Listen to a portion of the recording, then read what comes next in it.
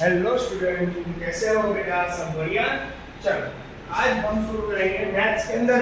Last time हमने basic knowledge ले लिया था, कुछ ट्रिग्नोमेट्रिक फॉर्मूला के बारे में भी डिस्कशन कर ली थी हमने। अब हमें देखना है सर्कल। तो आपको पता है सर्कल के बारे में भी डिस्कशन कर चुके हैं हम। Circle,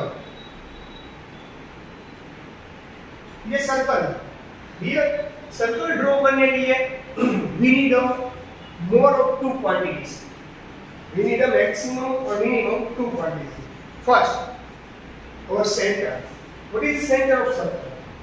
And second requirement of radius. If we have a two quantities circle and center of circle and the second quantity is radius are present, then we can do easily. We can draw easily circle. Okay. So here circle draw करने के लिए students हमें दो quantity की जरूरी है. First, it is our center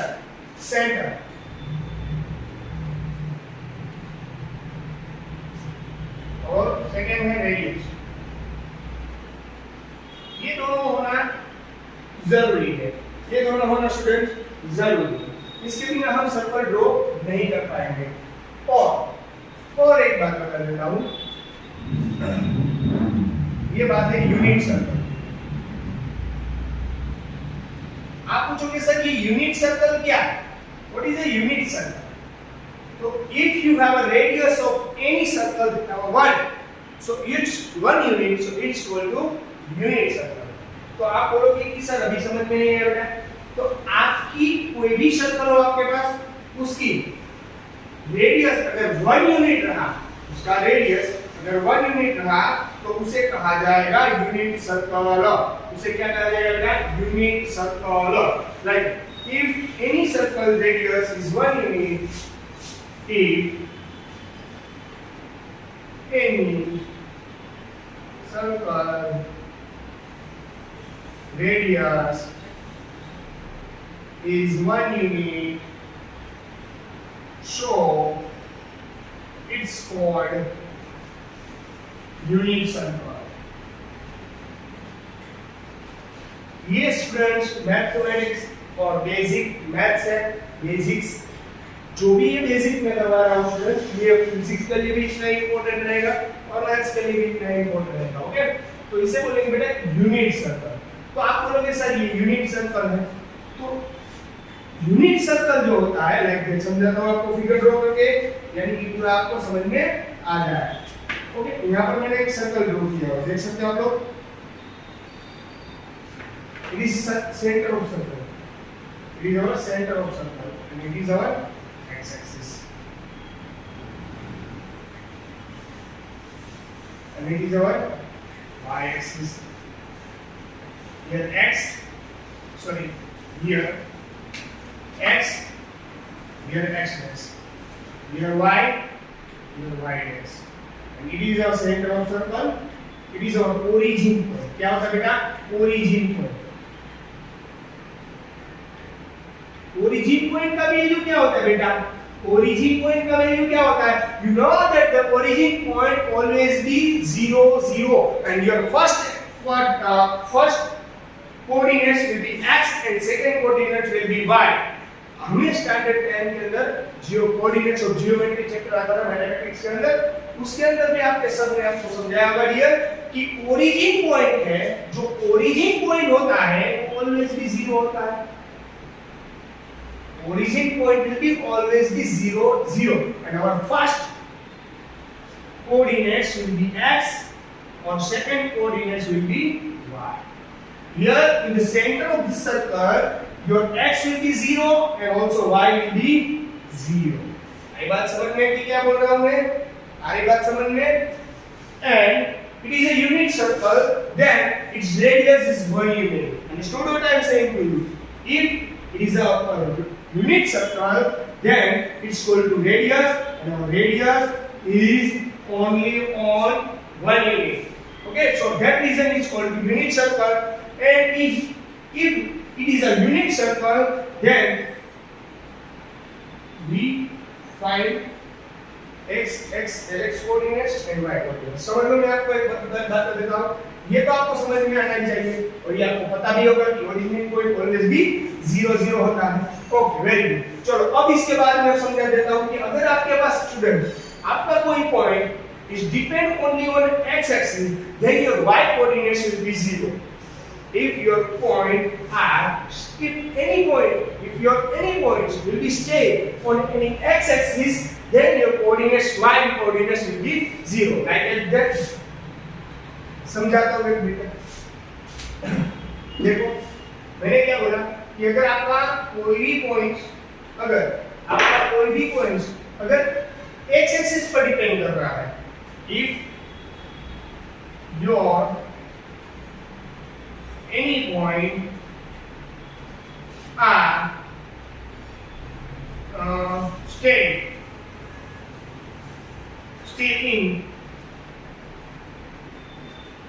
in x axis, then your y coordinates will be समझ लो कि आपका x कोऑर्डिनेट आपका पॉइंट कुछ यहाँ पर है, आपका पॉइंट कुछ यहाँ पर है।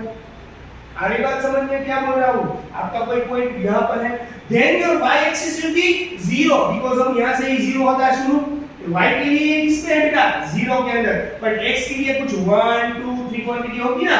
यही बोल रहा हूँ कि अगर आपका पॉइंट किसी x एक्सिस पर पड़ा होगा then your y coordinates will be 0, यानी अगर सिर्फ x पर ही डिपेंड है तो x कोऑर्डिनेट्स होगा पर y कोऑर्डिनेट्स कैसा हो जाएगा बेटा 0। सेम एज इट इज रहेगा opposite के लिए, if your any points are still in a y axis,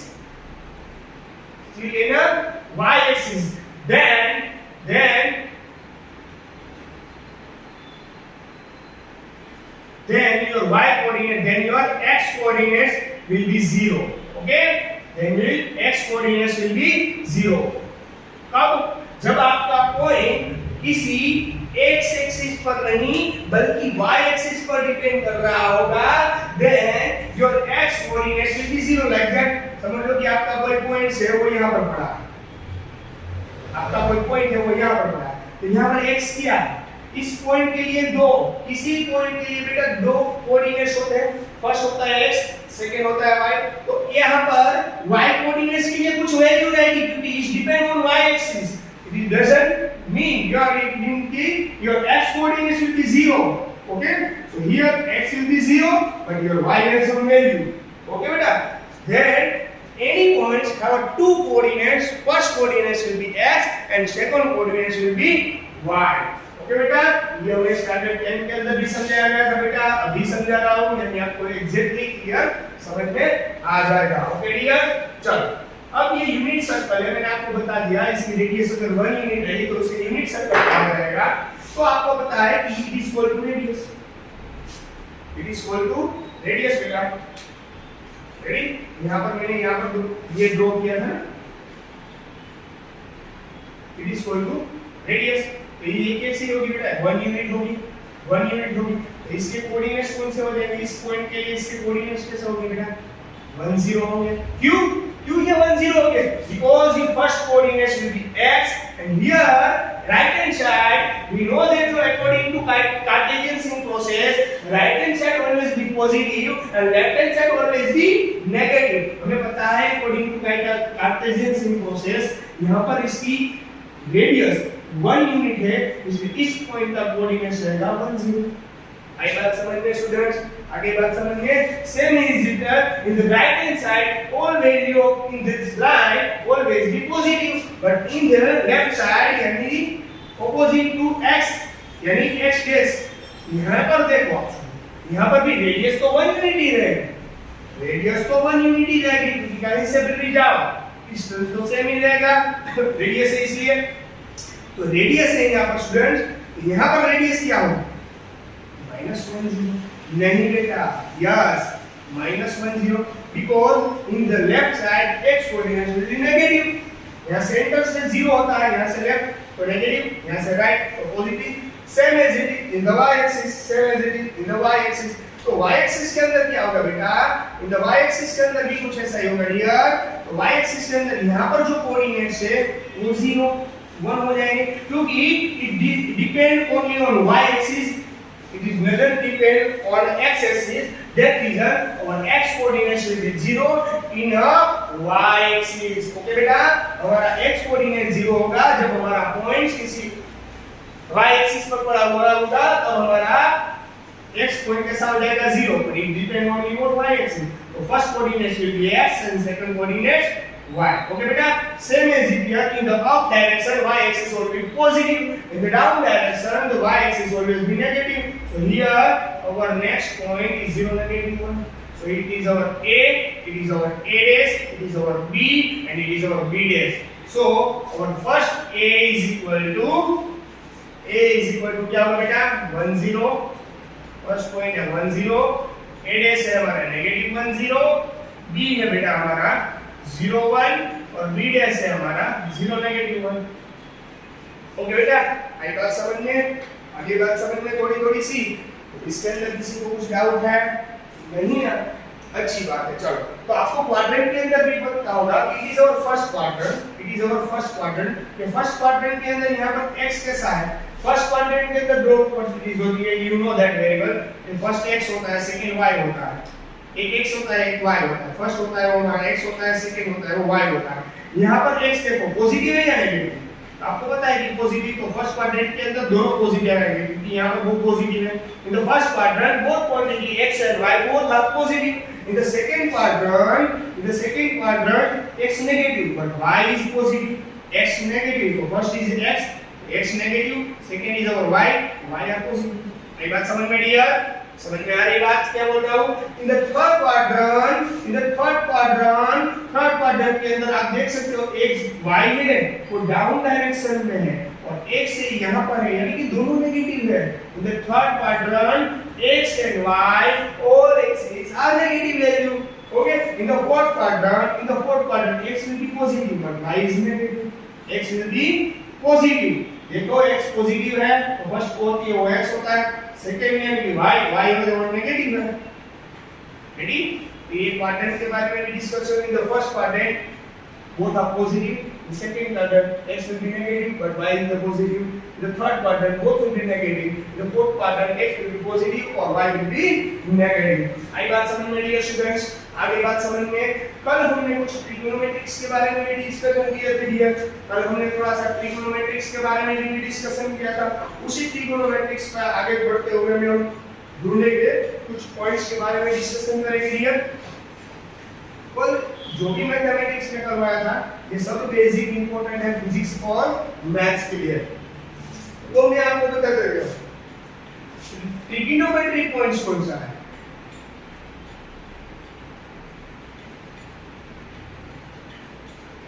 ये स्टूडेंट ट्रिग्नोमेट्रिक पॉइंट कौन सा है? मैंने बोला ये यूनिट सर्कल है dear,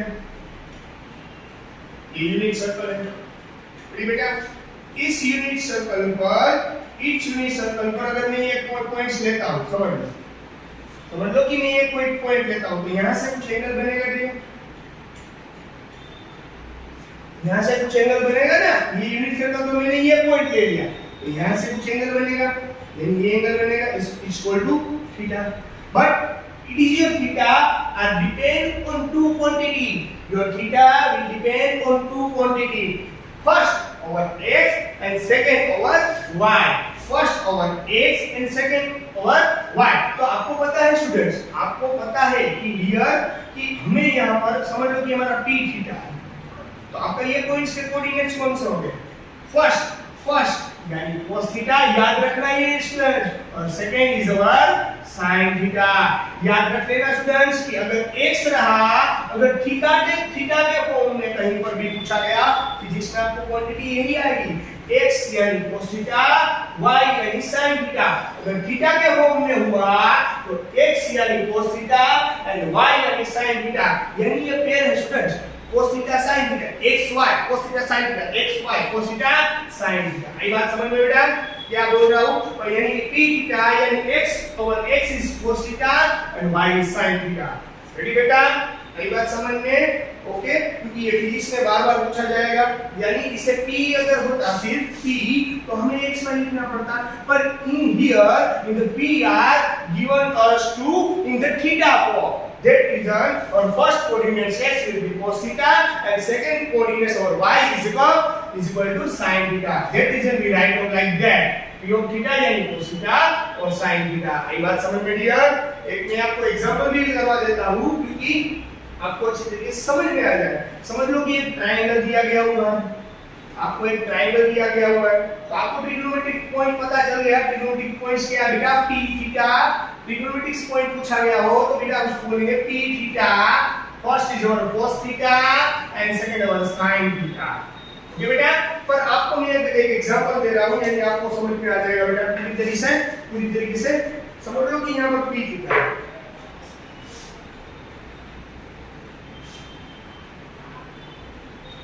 sorry,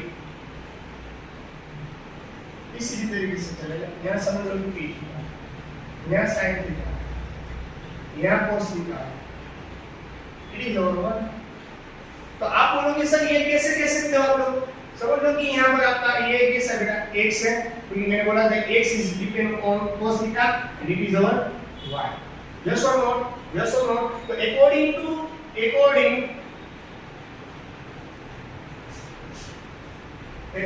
Pythagoras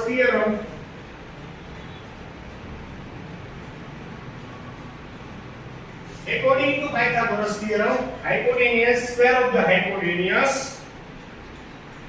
is equal to the sum of other two sides, square of other two sides। तो यहाँ पर आपको देखना है hypotenuse ये मिल गया हुआ बेटा, इसको नाम दे दो ABC, बरोबर? तो ये AC स्क्वायर यानी 1 square, ready? Direct value substitute कर रहा हूँ AC स्क्वायर यानी hypotenuse it is equal to hypotenuse here.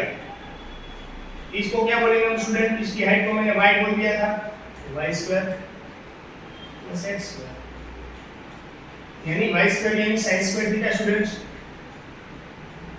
Plus x square यानी cos स्क्वायर थीटा यानी sin square theta plus cos square theta is equal to 1। ये तो prove हो गया ना डियर? आइए बात समझ में। यानी ट्रिग्नोमेट्रिक पॉइंट है वो हमारा बेटा x होता है वो cos थीटा, y होता है वो sin थीटा। ये फिजिक्स में भी बहुत यूजफुल होगा, ये फिजिक्स में भी बेटा बहुत यूजफुल होगा, क्योंकि इसके बिना हम फिजिक्स पढ़ेंगे तो हमें थोड़ा ही समझ में आ जाएगा। ओके बेटा, अब एंगल के बारे में डिस्कशन करेंगे स्टूडेंट। लास्ट टाइम भी मैंने आपको एंगल के बारे में थोड़ा सा डिस्कशन समझाया था, इस बार भी आपको एंगल के बारे में डिस्कशन कर रहा हूं। जो भी आपके पास एंगल है उसे दो तरीके से मेजरमेंट किया जाता है, measurement by two method।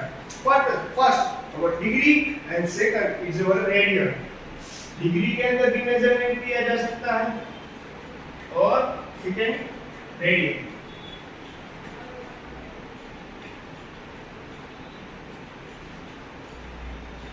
First degree के अंदर मेजरमेंट किया जाता है और सेकंड किया जाता है रेडियन के अंदर। ओके, फर्स्ट डिग्री के अंदर मेजरमेंट किया जाता है। डिग्री यानी 0, 30, 45, 60 और 90। रेडी? और रेडियन जो होता है वो रेडियन आपको किस अगर आपके पास डिग्री है बेटा, तो आप उसे रेडियन में कैसे कन्वर्ट कर पाओगे? पर फर्स्ट कहां से आता वो मैं आपको समझा दूं। आपको पता है कि सर्कल है, समझो ये पूरा सर्कल है, यानी मैं यहां से स्टार्ट कर रहा हूं तो आपको पता है कि ये पूरा सर्कल यानी पूरी सर्कल की लेंथ यानी कितनी होगी बेटा? पूरी सर्कल की लेंथ यानी कितनी होगी? circumference of circle यानी 1 type of perimeter of circle। yes or not? it is equal to 1 type of perimeter of circle।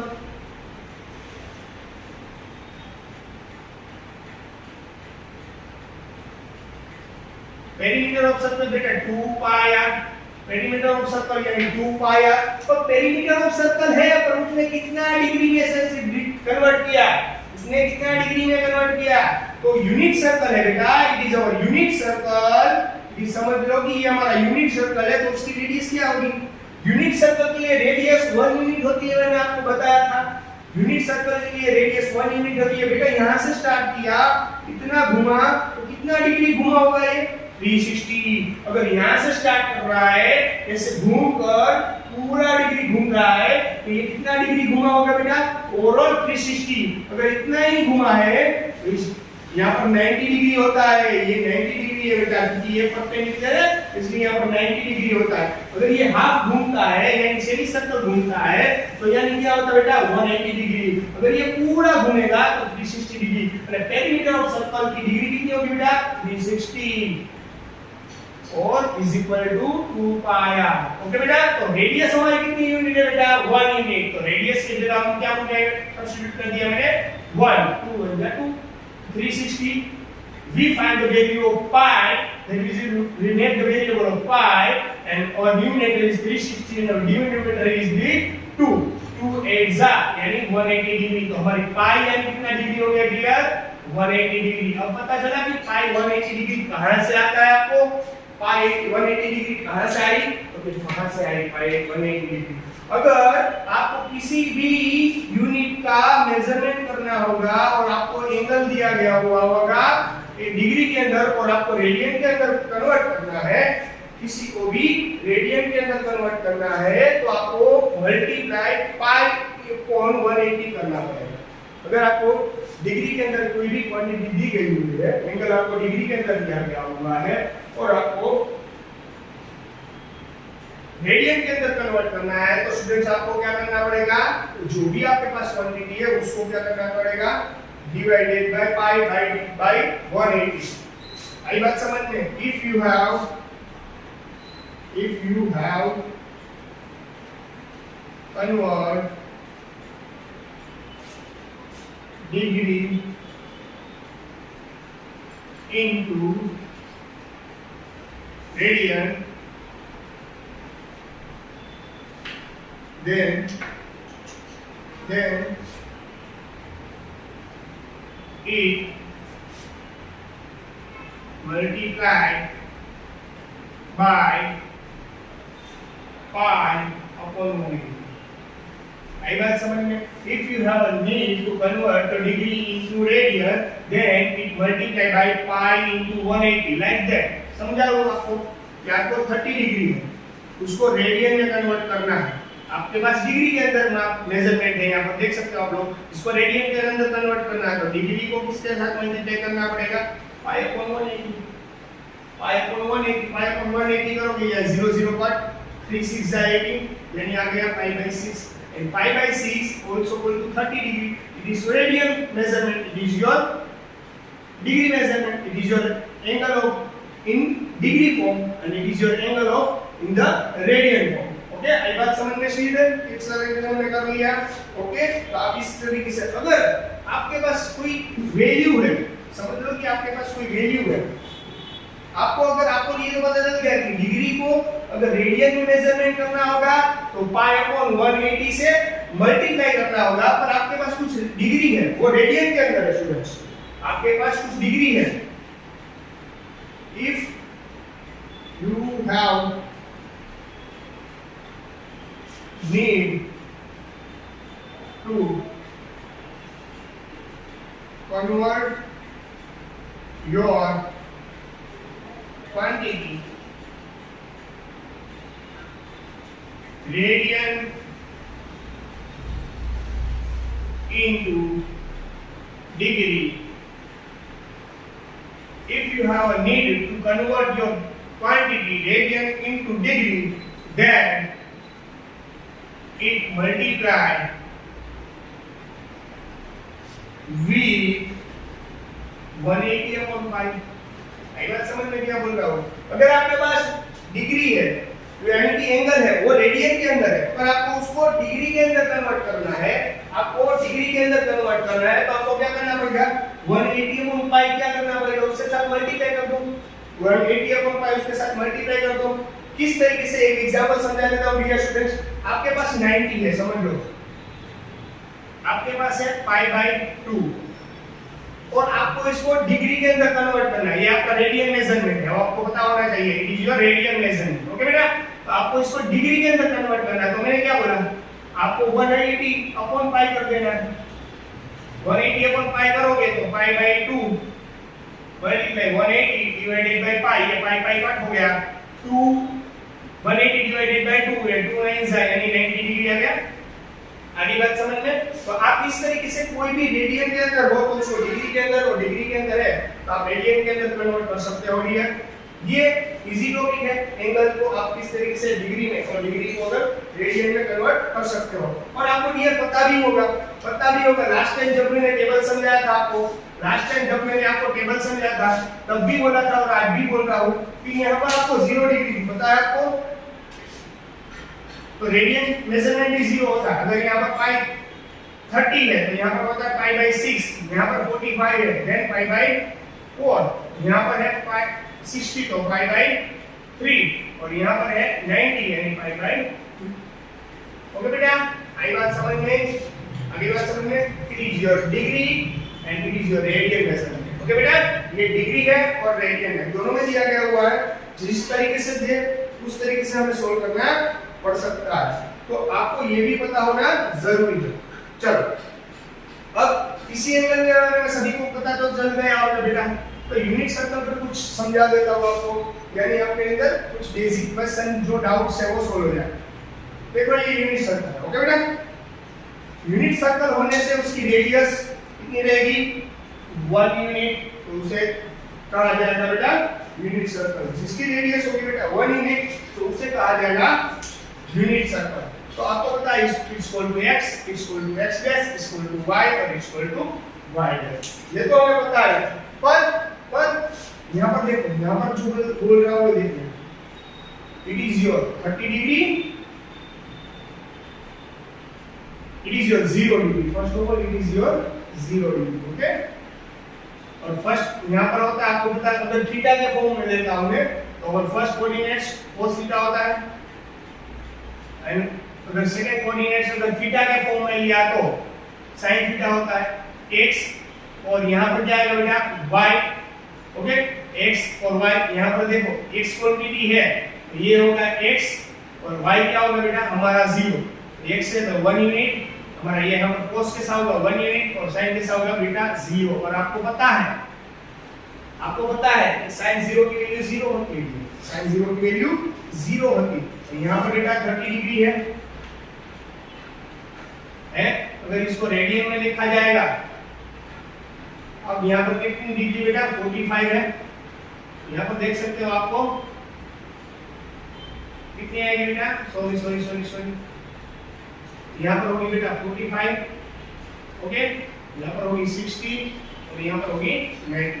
आप देख सकते हो कि मैंने यहां पर अच्छी तरीके से आपको दिखाया है बेटा।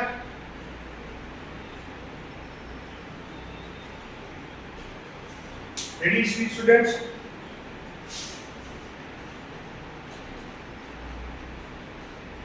चलो यहाँ पर देख सकते हो आप लोग 30 डिग्री है, और यहाँ अगर ये डिग्री आएगी, ये पूरी थी तो 30 डिग्री थी, ये पूरी हो गई तो 60, अगर ये पूरी सॉरी ये 45, ये बेटा 60, और आपको पता है ये तो 90 डिग्री हूँ। ओके डियर, चलो ये पूरा अगर होगा तो होगा 90।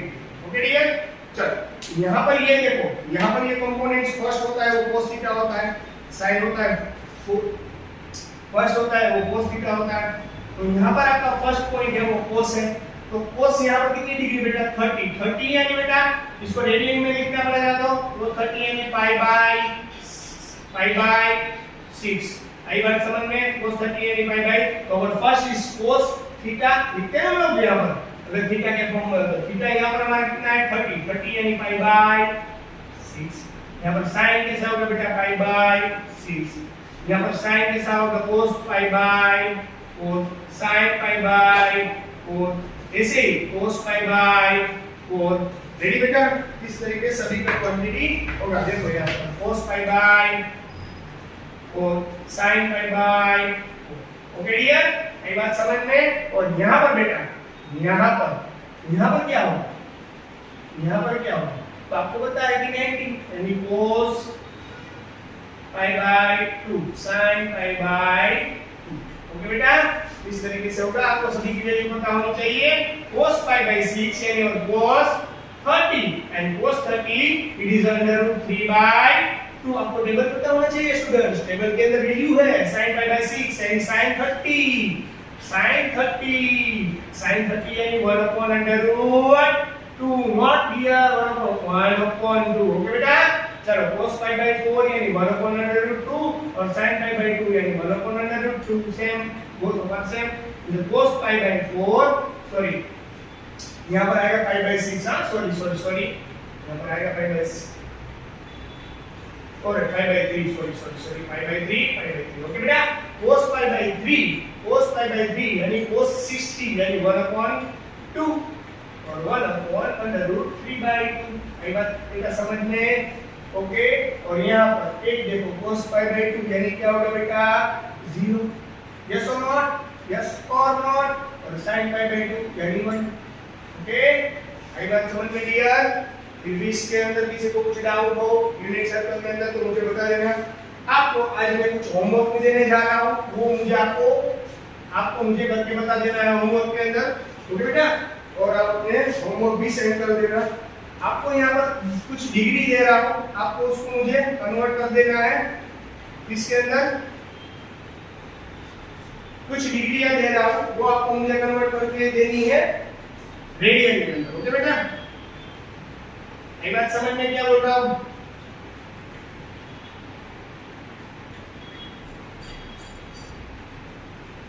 इसके अंदर किसी कुछ कैलकुलेटर की भी जरूरत रहेगी।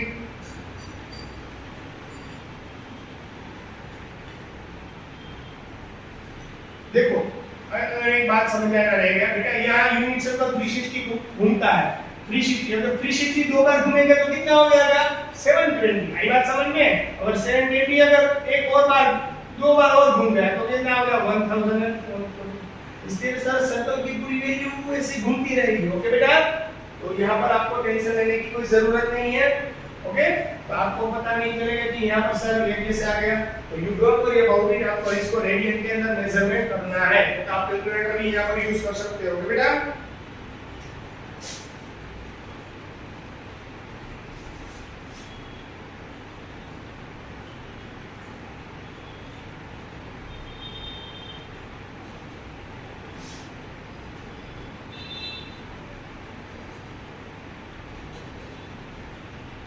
इसी तरह से 10 क्वेश्चन मैंने यहाँ पर लिखे, देख सकते हो बेटा।